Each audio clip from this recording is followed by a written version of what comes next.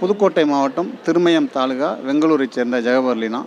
திருமயம் தாலுகாவில் துளையானூர் ரெவின்யூவில் ஏராளமான illegal quarry, சட்டவிரோத குவாரிகள் நடந்துக்கிட்டு இருக்குது. அதில் ஆர்ஆர் குரூப்புன்னு ஒரு மிகப்பெரிய குரூப் இருக்காங்க.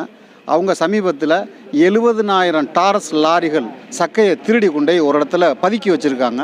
அது சட்டப்படி தவறு அப்படிங்கிறத உணர்ந்து நான் கலெக்டருக்கு மனு கொடுத்துருக்கேன், மைன்ஸுக்கு மனு கொடுத்துருக்கேன், ஆர்டிஓவை பார்த்துருக்கேன், டிஆர்ஓவை பார்த்துருக்கேன், எல்லாரையும் பார்க்குறேன். நான் 26ஆம் தேதி தாசில்தாருக்கு மனு கொடுத்தேன்.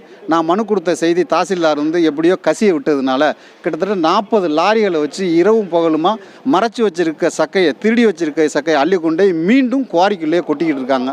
நான் மீண்டும் தவறு நடக்குது, அந்த தவறை பிடிங்க, திருடப்பட்டிருக்க பொருட்களை அரசுடைமை ஆக்குங்க, திருடுகள் மீது நடவடிக்கைங்கன்னு மீண்டும் கேட்குறேன்.